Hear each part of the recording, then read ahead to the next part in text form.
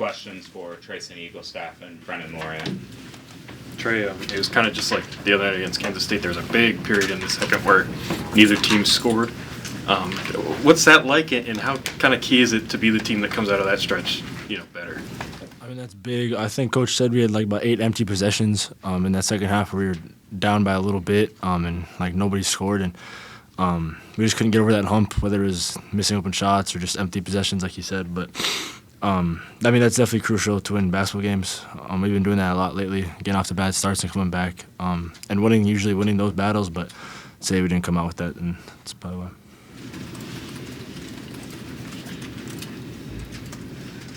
Brandon, that stretch in the second half, I think you scored 9 straight points. It seemed like they were giving you space inside there. Is that what you're saying?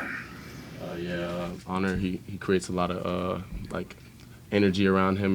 Those guys centers want to help out and stuff like that. So Honor was just setting me up really nicely.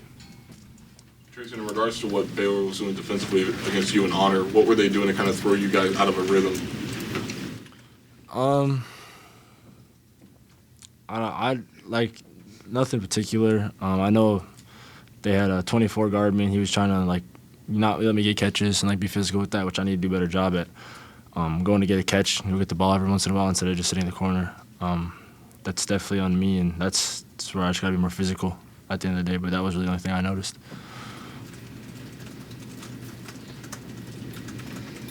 Trey, how did you get some space then in the first half there? You hit the back-to-back threes to take the lead. Yeah, the first one, I think someone back cut. Then I got into my guy and kind of gave a little push off, and then he ended up falling. Stepped behind DJ, open 3, and then I was with Chance on a fast break, and I saw Chance get hurt pretty heavy, so I just went behind him, and I was like, Chance, I'm behind you, and he passed it, and I hit my last one, so I'm like, yeah, I might as well shoot this one, and I shot it, and it went in. What was the message from Coach Hodge in the locker room? His overall message was, we're not great, we're not terrible. We just got some things we got to clean up and just take care of the ball more and rebound better. That's really it. We just got to get better in these next couple stretches before the season's over with. Brenen, during that second half, that long, the drought, pretty much both teams, you guys looked like you guys ran different. It wasn't like you just came down and kept running the same sets. Different looks from different parts of the court. Just how much stuff did you guys try during that stretch? I mean, different things. Yeah, I think we tried quite a few. I think it just depends on personnel. Coach, he really watches who's out there and who's got something going on at the moment. And each time somebody got something going, we just came right back to them. So that's probably why you've seen a fluctuation in so many different plays. Treysen, on a night where the shot just isn't falling, how much harder is it to get everything else going? The passing, the defense. Yeah, I would say when I first got here, that was a big thing for me. But as of now, I mean, it really doesn't affect anything. If you miss shots, Coach emphasizes to us, you can go 5 for 20. It doesn't matter as long as you get stops. I mean, you can get on the floor and you can win games. But in the Big 12, we individually, I mean, we all have to play better. Especially myself. Too many turnovers at the end of the game, but just stuff like that, open shots missed. Just got to be a player at the end of the day. I mean, we're playing the highest level of college basketball, so for all of us, we just need to get better individually and get back to work. Treysen, you probably know Honor probably just as well as anyone on the roster.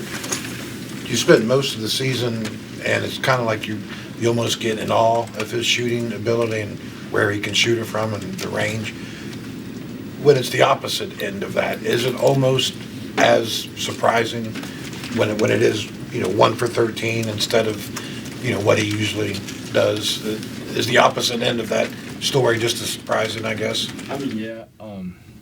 Well, no one's blaming him or anything. We can't get mad at him for that. But I mean, yeah, it is surprising because, I mean, even on shoot around today, I mean, I saw him miss probably once or twice.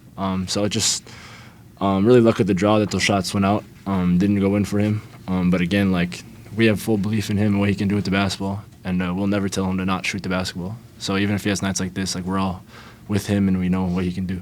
And how much did Baylor have to do with that, their size and length? Yeah, for Honor, that don't really matter to him. He's been small his whole life. I can't speak for him, but He's known what this is. He know what happens when he committed to West Virginia and what happens to physicality. And I mean, you've seen what he's done so far in the season. It hasn't affected him, so I wouldn't say that was really a factor. But I can't speak for him again. But again, he's really good at what he does, and maybe not just didn't fall for him, which is unfortunate. Thank you. For either one of you guys, both up to you, but you've had some great moments on the home floor this season. You've seen how hard it is to win on the road. Can you just kind of say what it's like when you scoreboard zeroes out and you walk off the home floor and it's a loss? Yeah, it's always not a good feeling, you know what I mean? Our fans have helped us in so many games to get so many wins, and we weren't able to get that done for them tonight. But we just, in the past couple of games, we got to start off a lot better because we've been starting off a little slow, and it's putting ourselves in a hole we got to dig out. So it's never a good feeling. Any more